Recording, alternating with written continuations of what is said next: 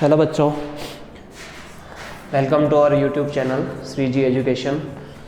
Last video में हम solve कर रहे थे क्लास 12th फिज़िक्स का आरबीएससी का मॉडल पेपर। उसमें हमने सेक्शन ए कंप्लीट कर लिया था। आज हम शुरू करेंगे सेक्शन बी के फर्स्ट क्वेश्चन में।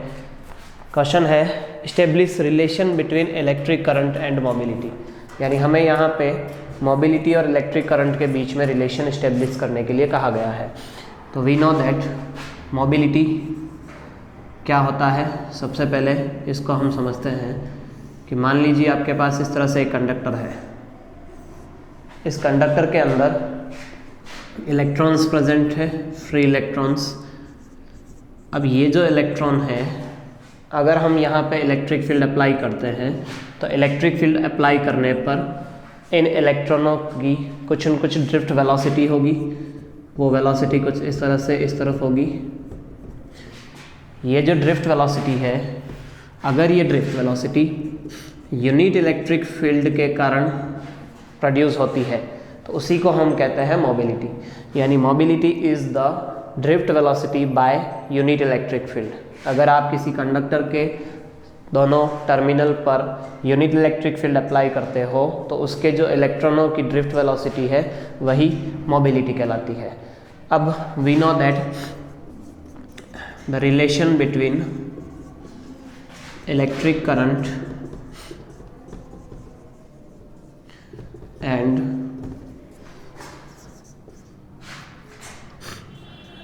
ड्रिफ्ट वेलोसिटी, वो हमें पता है कि आइज जो होता है वो होता है NAEVD। यहाँ से अगर हम VD की वैल्यू को निकालें हैं तो VD is equal to I divided by NAE। ये VD की वैल्यू यहाँ सब्स्टिट्यूट करने पर हमारे पास जो मोबिलिटी की इक्वेशन आएगी that will be I divided by NAEE। ये हमारे रिलेशन हो जाएगा ड्रिफ्ट वेलोसिटी और मोबिलिटी और इलेक्ट्रिक करंट के बीच में। तो मोबिलिटी इज़, यहाँ से हम कह सकते हैं कि mobility is directly proportional to electric current.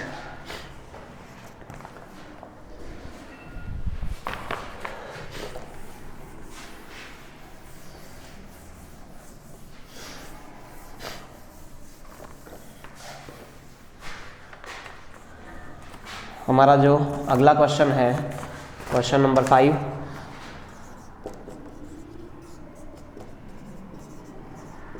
Find out the magnitude of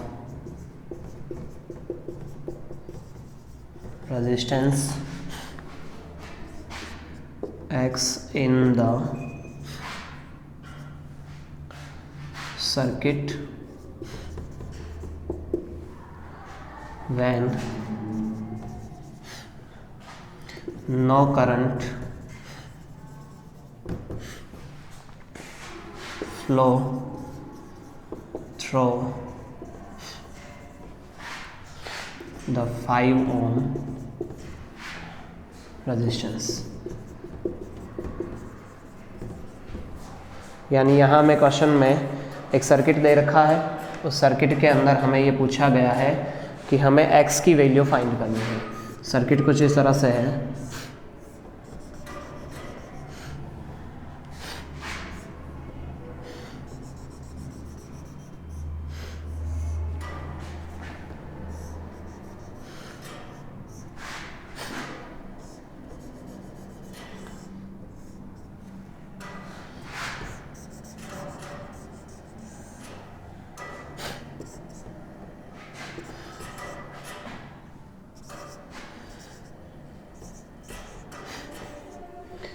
अब ये जो सर्किट हमें दे रखा है, ये बेसिकली इसको अगर हम कंपेयर करते हैं विथ व्हीटस्टोन ब्रिज तो हमें व्हीटस्टोन ब्रिज इस कंडीशन में आपको ये कह रखा है कि ये जो 5 ओम रेजिस्टेंस है, इस 5 ओम रेजिस्टेंस के अंदर कोई करंट फ्लो नहीं हो रही है। इट मीन्स यहाँ जो करंट है वो ज़ीरो है। तो जब हम जानते हैं कि व्हीटस्टोन ब्रिज में जब गैल्वेनोमीटर या जो बीच में जो सर्किट के अंदर रेजिस्टेंस जुड़ा हुआ होता है, उस रेजिस्टेंस के अंदर अगर करंट ज़ीरो हो तो व्हीटस्टोन ब्रिज को हम बैलेंस कंडीशन में मानते हैं। तो यहाँ पे ये जो हमारे पास व्हीटस्टोन ब्रिज बन रहा है ये बैलेंस कंडीशन में है। तो बैलेंस कंडीशन के अंदर P/Q is equal to R/S होता है। अब यहाँ पे हम अगर P x को माने, Q हो जाएगा 2, R हो जाएगा 18 ओम और S हो जाएगा 6 ओम।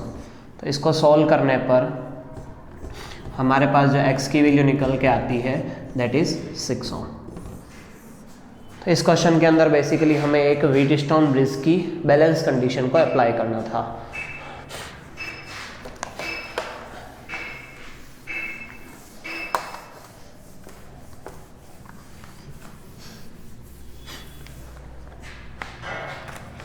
हमारा नेक्स्ट क्वेश्चन है क्वेश्चन नंबर 6। क्वेश्चन नंबर 6 के अंदर आपको इस तरह से एक सर्किट दे रखा है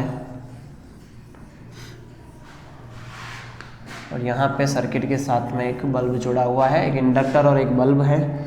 ये दोनों एक एसी सोर्स से कनेक्टेड है और ये पूरा का पूरा एसी सोर्स एक की से कनेक्टेड है।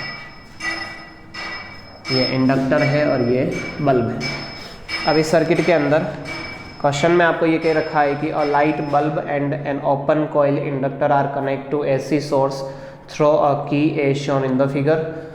The switch is closed and after some time an iron rod is inserted into the interior of inductor. The glow of light bulb increase decrease unchanged as the iron rod inserted. मतलब हमें ये question के according ये कह रखा है कि इस सर्किट के अंदर कुछ करंट फ्लो हो रही है। हम अगर की को इंसर्ट करते हैं और इस इंडक्टर के यहाँ पे एक आयरन की रॉड हमने मान लो इंसर्ट कर दी है। अब इंसर्ट करने पर आपको क्वेश्चन में ये कहा गया है कि जो बल्ब का जो ब्राइटनेस है वो इंक्रीज होगी, डिक्रीज होगी या नो चेंज होगा। तो हम ये जानते हैं कि ये हमारे पास जो एक सर्किट है, इस सर्किट में एक तो इंडक्टर जुड़ा हुआ है जबकि एक बल्ब जुड़ा हुआ है। तो बल्ब को हम रेजिस्टेंस मान सकते हैं, तो यहाँ पे ये रेजिस्टेंस जुड़ा है। इस सर्किट की जो Z है, इम्पीडेंस है, that is XL² plus R²। अब जैसे ही हम सर्किट के यहाँ पे एक आयरन की रॉड डालते हैं, तो आयरन की रॉड डालने पर ये जो इंडक्टर है, इस इंडक्टर के अक्रॉस यहाँ पे जो मैग्नेटिक फील्ड है, मैग्नेटिक फील्ड B जो है वो इंक्रीज हो जाता है, क्योंकि आयरन एक फेरोमैग्नेटिक सब्सटेंस होता है। तो फेरोमैग्नेटिक सब्सटेंस इंसर्ट करने पर मैग्नेटिक फील्ड इंक्रीज हो जाता है। मैग्नेटिक फील्ड के इंक्रीज होने के कारण इस कॉइल का जो सेल्फ इंडक्टेंस है वो भी इंक्रीज होगा। सेल्फ इंडक्टेंस इंक्रीज होने के कारण वी नो दैट कि XL जो होता है वो L ओमेगा के इक्वल होता है। तो अगर आप L को इंक्रीज करते हो देयरफॉर XL विल इंक्रीज। और अगर हम यहाँ माने कि XL इंक्रीज हो गया तो उसके कारण यहाँ क्या होगा कि जो आपका इंडक्टर सर्किट है, जहाँ इंडक्टर लगा हुआ है उस जगह पे पोटेंशियल डिफरेंस बढ़ जाएगा, जबकि जो बल्ब है उसके अक्रॉस पोटेंशियल डिफरेंस कम हो जाएगा। तो इस कारण से जो B है, बल्ब है, उसके यहाँ पे करंट की वैल्यू कम हो जाएगी, जिसके कारण जो बल्ब का ग्लो है, ब्राइटनेस है, बल्ब की ब्राइटनेस ऑफ बल्ब डिक्रीजेस। तो इस तरह से अगर हम किसी इंडक्टर के अंदर आयरन की रॉड डालते हैं तो आयरन की रॉड डालने के कारण उसका मैग्नेटिक फील्ड बढ़ेगा। मैग्नेटिक फील्ड बढ़ने के कारण उसका सेल्फ इंडक्टेंस बढ़ेगा, जिसके कारण XL की वैल्यू इंक्रीज होती है, तो जो बल्ब की ब्राइटनेस है वो कम हो जाती है। तो इस वाले क्वेश्चन के लिए हमारा जो करेक्ट आंसर होगा दैट इज B डिक्रीजेस, और इसका करेक्ट एक्सप्लेनेशन आप इस तरह से लिख सकते हैं।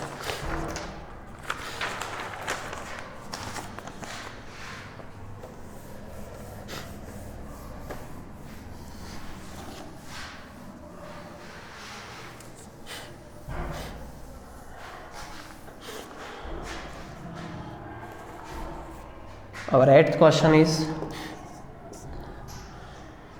show the labeled diagram of propagation of light in an optical fiber। यानी एक ऑप्टिकल फाइबर के अंदर आपको प्रोपेगेशन ऑफ लाइट के लिए एक लेबल्ड डायग्राम बना के बताना है। तो हम जानते हैं कि ऑप्टिकल फाइबर एक थिन फाइबर होता है जिसमें अंदर की साइड में एक कोर प्रेजेंट होती है तथा बाहर की साइड में यहाँ पे एक क्लेडिंग प्रेजेंट होती है। जो कोर है हमारे पास उसका रिफ्रैक्टिव इंडेक्स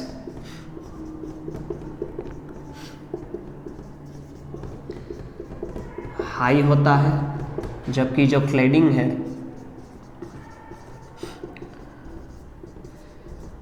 क्लेडिंग का जो रिफ्रैक्टिव इंडेक्स होता है वो लो होता है। जब लाइट को इस ऑप्टिकल फाइबर के अंदर इंसर्ट करवाया जाता है तो हम ये मानते हैं कि अगर लाइट यहाँ पे क्रिटिकल एंगल से ज़्यादा पर इंसिडेंट होती है तो लाइट यहाँ से टोटल इंटरनल रिफ्लेक्शन के द्वारा इस तरह से ट्रांसमिट होती है। तो इस तरह से एक ऑप्टिकल फाइबर के अंदर हम ट्रांसमिशन ऑफ लाइट को शो कर सकते हैं।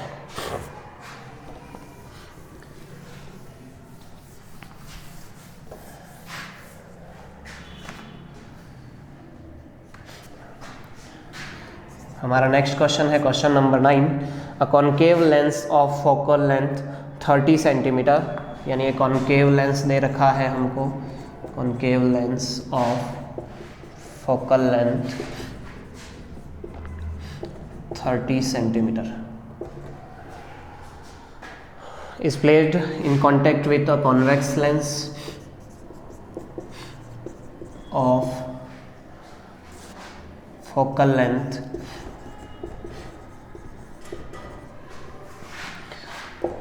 20 centimetre. Then determine the focal length of combined lens, यानी अकॉर्डिंग टू क्वेश्चन कि एक कॉनकेव लेंस, इस तरह से ये मान लीजिए ये कॉनकेव लेंस है तथा एक कॉन्वेक्स लेंस, इन दोनों को कंबाइन कर दिया गया है। अब इनके कॉम्बिनेशन के कारण जो हमें निकालना है कि इन कॉम्बिनेशन की फोकल लेंथ कितनी होगी, तो हम जानते हैं कि ये f1 है, कॉनकेव लेंस की जो फोकल लेंथ होती है डेट इज़ नेगेटिव 30 सेंटीमीटर, जबकि कॉन्वेक्स लेंस की जो फोकल लेंथ होती है वो हो जाएगी पॉजिटिव 20 सेंटीमीटर। अब लेंस के कॉम्बिनेशन के लिए जो फोकल लेंथ का फॉर्मूला होता है that is 1/f is equal to 1/f1 plus 1/f2। यहाँ पे हम 1/f1 की वैल्यू -30 प्लस 1/f2 की वैल्यू 20, इन दोनों का हम अगर एलसीएम लेते हैं दैट इज़ 60, 30 को 60 से डिवाइड करेंगे -2 प्लस 3 दैट इज़ 1/60। तो इस तरह से जो कंबाइंड लेंस है उसकी फोकल लेंथ हम निकाल सकते हैं दैट इज़ 60 सेंटीमीटर। और ये 60 सेंटीमीटर पॉजिटिव आ रही है, तो हम ये कह सकते हैं कि जो कंबाइंड लेंस है वो एक कॉन्वेक्स लेंस की तरह बिहेव करेगा।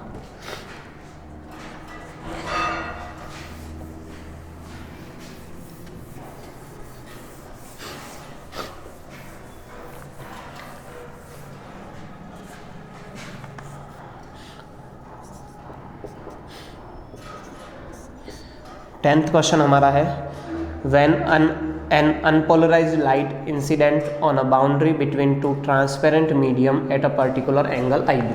मतलब हमें ये कह रखा है कि एक ट्रांसपेरेंट मीडियम है हमारे पास, उस ट्रांसपेरेंट मीडियम की बाउंड्री के ऊपर एक अनपोलराइज्ड लाइट इंसिडेंट होती है।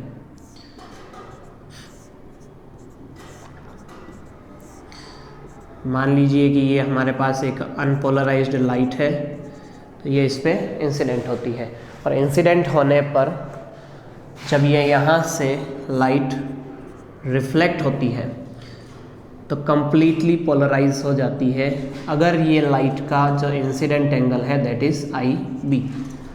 मान लीजिए कि हमारे पास जो इंसिडेंट लाइट है दैट इज़ PQ, यहाँ से लाइट का रिफ्लेक्शन भी होता है और रिफ्रैक्शन भी होता है। तो यहाँ पे ये जो लाइट जो हमारे पास रिफ्लेक्टेड लाइट है ये कंप्लीटली पोलराइज हो जाती है। ऐसी कंडीशन के ऊपर जो रिफ्लेक्टेड रे और जो रिफ्रैक्टेड रे है उन दोनों के बीच में जो एंगल बनता है दैट इज़ 90 डिग्री, यानी ये दोनों रेज एक दूसरे के साथ 90 के एंगल पर होती है। तो हम यहाँ पे मान लीजिए कि जो इंसिडेंट रे है दैट इज़ PQ, जो रिफ्रैक्टेड रे है दैट इज़ R, एंड जो रिफ्रैक्टेड रे है वो Q और S हो जाएगी। इस तरह से हमें ये जो एंगल दे रखा है IB, वो हमारा इंसिडेंट एंगल होगा। ये हमारे पास मान लीजिए नॉर्मल है MN, तब हम यहाँ पे एंगल MQR लिख सकते हैं कि ये भी IB के इक्वल होगा, क्योंकि angle of incidence is always equal to angle of reflection. अब हम यहाँ पे अगर कैलकुलेट करें कि जो हमारे पास ये वाला जो एंगल है, सिमिलरली एंगल NQS जो हमारे पास रिफ्रैक्शन एंगल है, उसको हमें अगर कैलकुलेट करना है तो हम यहाँ से डायग्रामेटिकली इस तरह से देख सकते हैं कि ये एंगल हमारे पास अगर IB है तो ये वाला जो एंगल बनेगा दैट इज़ 90 माइनस IB। इसी तरह से सिमिलरली ये वाला जो एंगल हमारे पास आएगा, ये दोनों एंगल मिलकर 90 है, तो ये वाला एंगल हमारे पास अगेन IB हो जाएगा। तब हमारा एंगल जो रिफ्रैक्शन एंगल है that will B 90 minus IB, ये हमारा रिफ्रैक्शन एंगल है। तब हम यहाँ पे इसके लिए अगर हम स्नेल्स लॉ अप्लाई करें तो we know that sine I divided by sine R equal to refractive index. यहाँ पे इंसिडेंट एंगल इज IB, जो रिफ्रैक्शन एंगल है that is 90 minus IB equal to mu. Sine I हो जाएगा IB divided by sine 90 minus theta is cos theta, cos IB equal to mu. जबकि हम जानते हैं कि साइन अपॉन कोस जो होता है that is tan IB equal to mu. तो ये जो हमारे पास फॉर्मूला निकल के आया, ये ब्रेविस्टर्स लॉ कहलाता है। अकॉर्डिंग टू ब्रेविस्टर्स लॉ कि जब आप किसी लाइट को यहाँ इंसिडेंट करते हो तो जो रिफ्लेक्टेड रे है और जो रिफ्रैक्टेड रे है, अगर दोनों एक दूसरे के परपेंडिकुलर है तो जो रिफ्लेक्टेड रे होगी वो कम्प्लीटली पोलराइज होगी। तो इस तरह से हम ये जो रिलेशन हमें डिराइव करने के लिए दिया गया था वो हम डिराइव कर सकते हैं।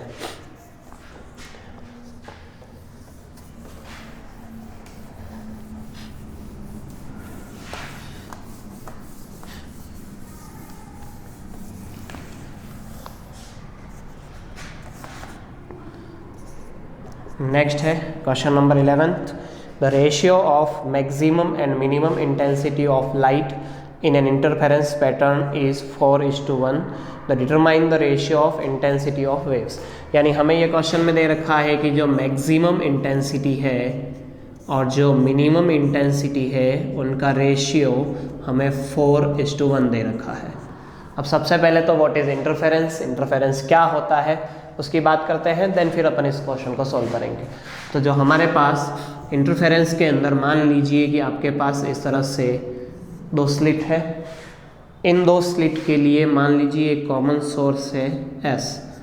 इस कॉमन सोर्स से आने वाली लाइट जब इन दोनों स्लिट से गुजरती है तो ये जो लाइट है ये आपके कोहेरेंट सोर्सेज की तरह बिहेव करेंगे। दोनों जो स्लिट S1 है और S2 जो है वो आपके कोहेरेंट सोर्सेज की तरह बिहेव करेंगे। अब यहाँ से ये लाइट जब सामने रखी हुई स्क्रीन पर जाके इंसिडेंट होती है तो किसी जगह पे कंस्ट्रक्टिव इंटरफेरेंस तथा किसी जगह पे डिस्ट्रक्टिव इंटरफेरेंस का फिनोमेना होता है। तो कंस्ट्रक्टिव और डिस्ट्रक्टिव इंटरफेरेंस के कारण जो सामने जो स्क्रीन है उस स्क्रीन के ऊपर अल्टरनेटिवली डार्क ब्राइट पैटर्न मिलता है। इस तरह से एक डार्क ब्राइट पैटर्न हमको मिलता है। इस पैटर्न को हम कहते हैं इंटरफेरेंस फ्रिंजेस। अब जहाँ पे ब्राइट पैटर्न बन रहा है, ब्राइट स्पॉट है, उस वहाँ इंटेंसिटी मैक्सिमम होती है, जबकि जो डार्क स्पॉट होता है वहाँ पे इंटेंसिटी मिनिमम होती है। तो अब क्वेश्चन के अंदर हमें मैक्सिमम और मिनिमम इंटेंसिटी की रेशियो दे रखा है 4:1।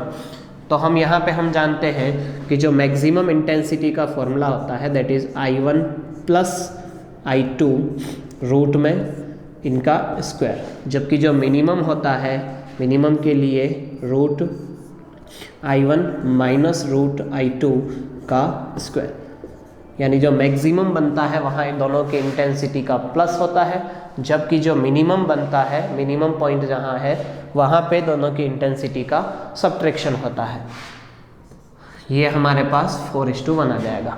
अब इस तरह से हम अगर स्क्वायर हटाएं तो उस तरफ रूट लगा सकते हैं, तो इस एक्सप्रेशन को हम लिख सकते हैं root I1 plus root I2 divided by root I1 minus root I2 is equal to 2/1। अगर हम इस इक्वेशन को क्रॉस मल्टीप्लाई करें तो हमारे पास जो वैल्यू ऑब्टेन होती है that is 2 root I1 minus 2 root I2 is equal to root I1 plus root I2। इसको हम आगे इस तरह से लिख सकते हैं root 2I1 minus root I1 is equal to root I2 plus 2 root I2। इसमें से इसको माइनस करेंगे तो हमें मिलेगा रूट I1, यहाँ हम दोनों को प्लस करेंगे तो 3 रूट I2। I2 को हम अगर डिवाइड में भेज दें तो root I1 divided by root I2 is equal to 3/1। इस साइड में अगर स्क्वायर करते हैं दोनों साइड को तो I1 bye I2 is equal to 9/1। यानी हमें जो दोनों सोर्स है उन दोनों सोर्स की इंटेंसिटी का रेशियो पूछा था, तो वो जो रेशियो हमारे पास आता है दैट इज 9:1, यानी दोनों सोर्सेस की जो इंटेंसिटी है उसका रेशियो 9 बना जाएगा।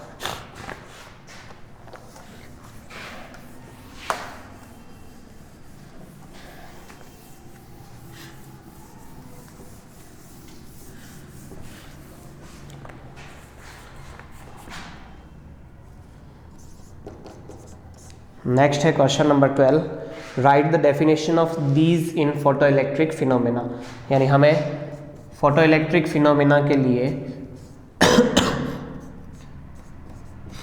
थ्रेशोल्ड फ्रीक्वेंसी,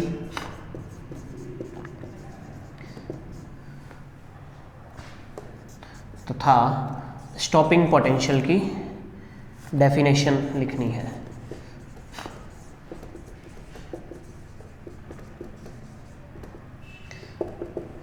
सबसे पहले हम थ्रेशोल्ड फ्रीक्वेंसी को समझते हैं कि थ्रेशोल्ड फ्रीक्वेंसी क्या होता है। तो जब मान लीजिए कि आपके पास इस तरह से फोटो इलेक्ट्रिक इफ़ेक्ट का एक्सपेरिमेंटल अरेंजमेंट अगर हम बनाते हैं, तो यहाँ पे हम ये देखते हैं कि ये कोई फ़ोटो सेंसिटिव प्लेट है। इस फोटो सेंसिटिव प्लेट के ऊपर हम जब कोई पर्टिकुलर फ्रीक्वेंसी की लाइट इंसिडेंट करते हैं तो यहाँ से इलेक्ट्रॉन्स निकलते हैं और ये electrons towards the collector plate move करते हैं। अब कलेक्टर प्लेट पे अगर हम कुछ नेगेटिव पोटेंशियल लगा दें तो वो जो नेगेटिव पोटेंशियल है वो इलेक्ट्रॉनों को रिपेल करेगा, तो इलेक्ट्रॉन जो है वो अपोजिट डायरेक्शन में मूव करेंगे। और एक ऐसी कंडीशन जब ऐसा एक नेगेटिव पोटेंशियल, जब जो फोटो इलेक्ट्रिक करंट है वो सर्किट के अंदर ज़ीरो हो जाएगी, उस पोटेंशियल को हम कहते हैं स्टॉपिंग पोटेंशियल। अब मान लीजिए कि हमने यहाँ से लाइट इंसिडेंट की और इंसिडेंट करने पर उस सरफेस के लिए जो स्टॉपिंग पोटेंशियल है या उस फ्रीक्वेंसी पे जो स्टॉपिंग पोटेंशियल है वो ज़ीरो है। इट मीन्स कि अभी इस सरफेस से इलेक्ट्रॉन निकले ही नहीं है। यानी थ्रेशोल्ड फ्रीक्वेंसी को हम इस तरह से कह सकते हैं कि किसी भी मेटल की सरफेस से इलेक्ट्रॉन को निकालने के लिए जो मिनिमम फ्रीक्वेंसी की हमें ज़रूरत पड़ेगी उस मिनिमम फ्रीक्वेंसी को हम थ्रेशोल्ड फ्रीक्वेंसी कहते हैं। तो the minimum frequency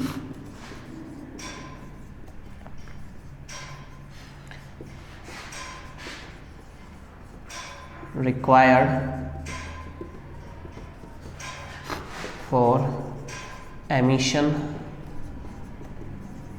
of electron from a photosensitive plate is threshold frequency। तो इस तरह से थ्रेशोल्ड फ्रीक्वेंसी क्या होगी? Threshold frequency is the minimum frequency required for emission of electron from a photosensitive plate. Next जो है स्टॉपिंग पोटेंशियल। स्टॉपिंग पोटेंशियल अभी हमने डिस्कस किया कि अगर हम जो कलेक्टर प्लेट है उसके पोटेंशियल को नेगेटिव कर दें तो नेगेटिव करने पर एक ऐसे पोटेंशियल के ऊपर फोटो इलेक्ट्रिक करंट जो है वो ज़ीरो हो जाती है, उसी पोटेंशियल को हम कहते हैं स्टॉपिंग पोटेंशियल। तो the negative collector plate potential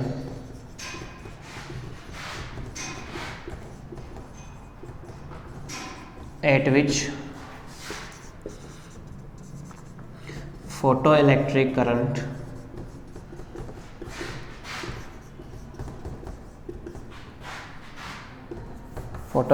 current become zero is called stopping potential।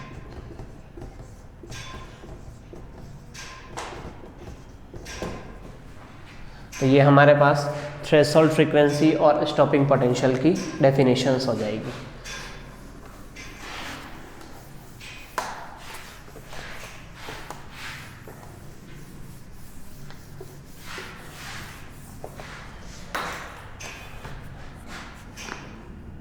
Question number 13 है हमारे पास, find the ratio of de Broglie wavelength of a proton and a alpha particle accelerated by same potential difference.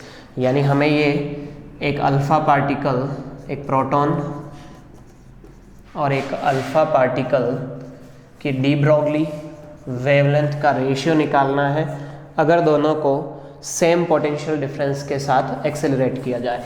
तो हम जानते हैं कि जो हमारे पास वेवलेंथ का फॉर्मूला होता है lambda that is equal to h by root 2 m Q V, ये हमारे पास वेवलेंथ का फॉर्मूला होता है in terms of potential difference. अब अकॉर्डिंग टू क्वेश्चन हमें ये कहा गया है कि हमें प्रोटॉन और अल्फा पार्टिकल की डी ब्रॉगली वेवलेंथ का रेशियो निकालना है अगर दोनों को सेम पोटेंशियल के साथ में पोटेंशियल डिफरेंस सेम एक्सेलरेट किया जाए।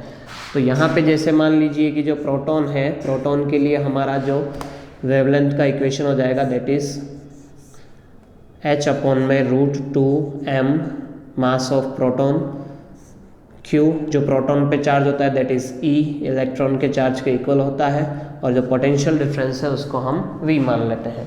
जबकि जो हमारे पास अल्फा पार्टिकल है, अल्फा पार्टिकल के लिए h divided by root 2 mass of alpha particle, जबकि जो अल्फा पार्टिकल के ऊपर जो चार्ज होता है वो ट्वाइस ऑफ इलेक्ट्रॉन के चार्ज के इक्वल होता है इनटू v।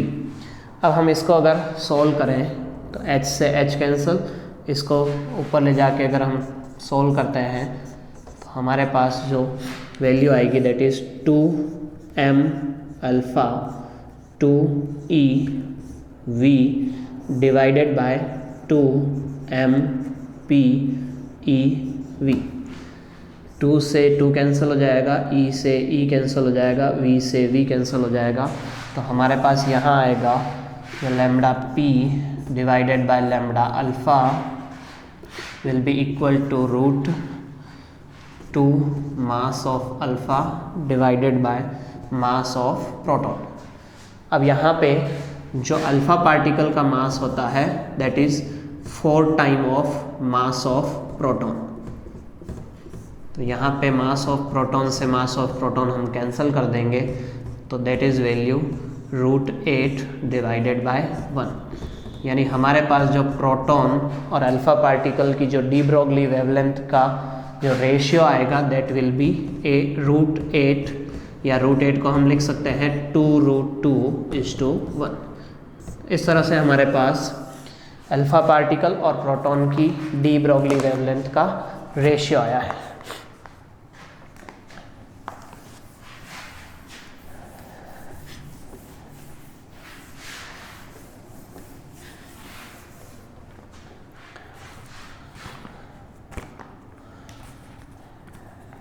क्वेश्चन नंबर 14 है,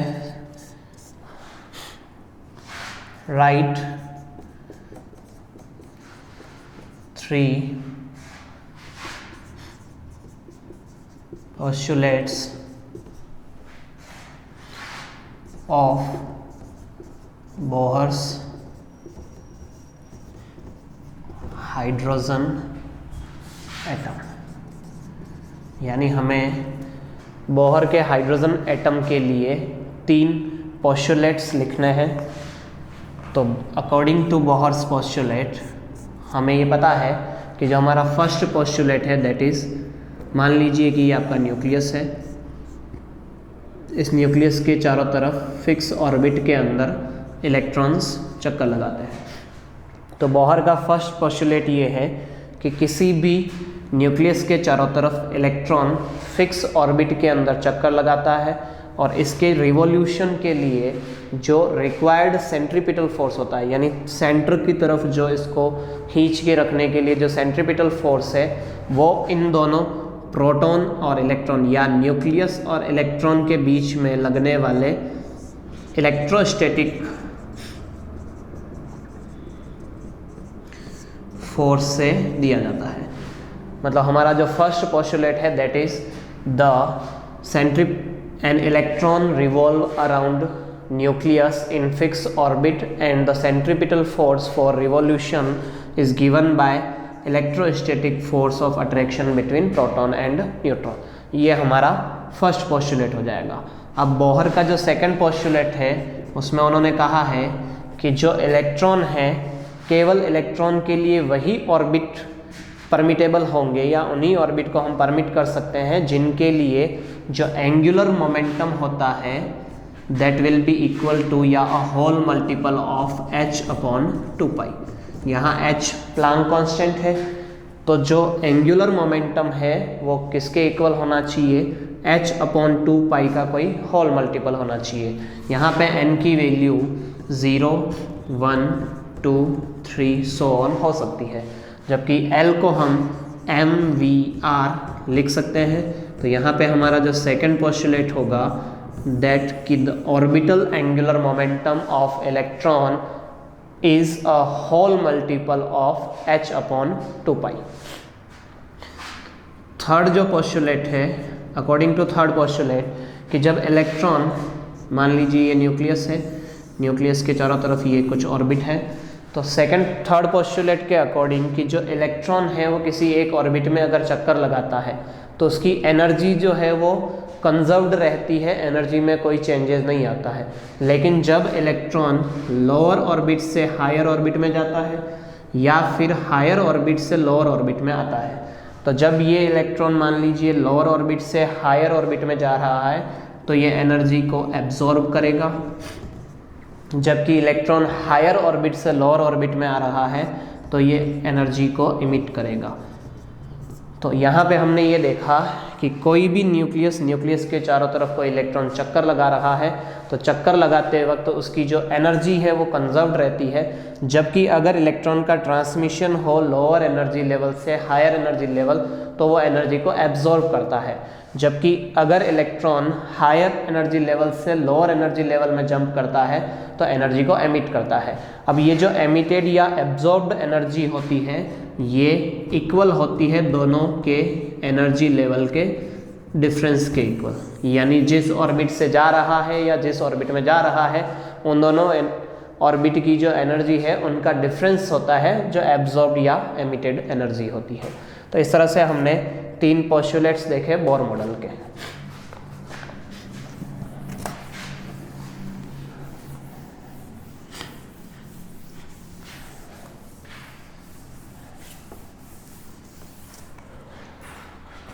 सेक्शन बी में हमारा लास्ट क्वेश्चन है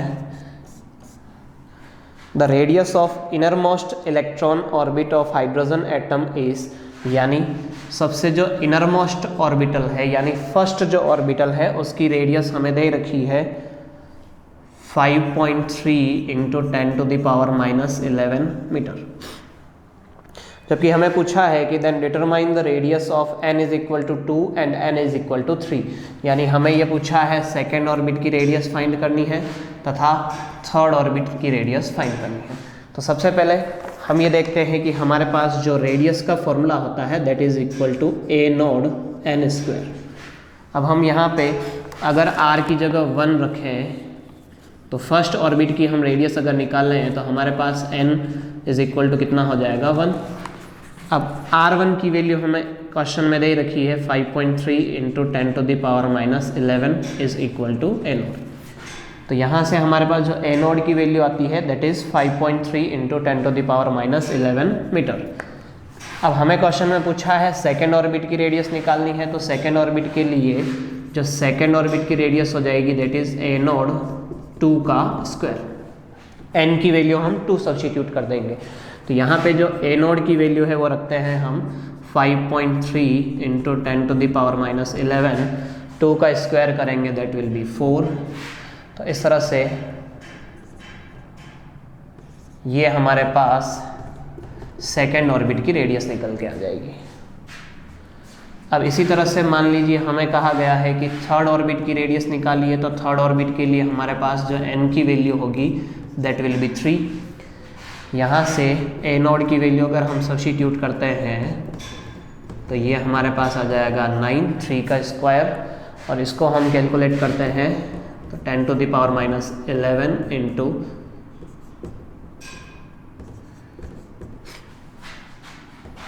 47.7 मीटर। तो इस तरह से हमारे पास r इज इक्वल टू 1 के लिए, r इज इक्वल टू 2 के लिए और r इज इक्वल टू 3 के लिए रेडियस आ जाएगी। तो इस तरह से हमने देखा सेक्शन बी के क्वेश्चंस। नेक्स्ट वीडियो में हम कंप्लीट करेंगे सेक्शन सी और डी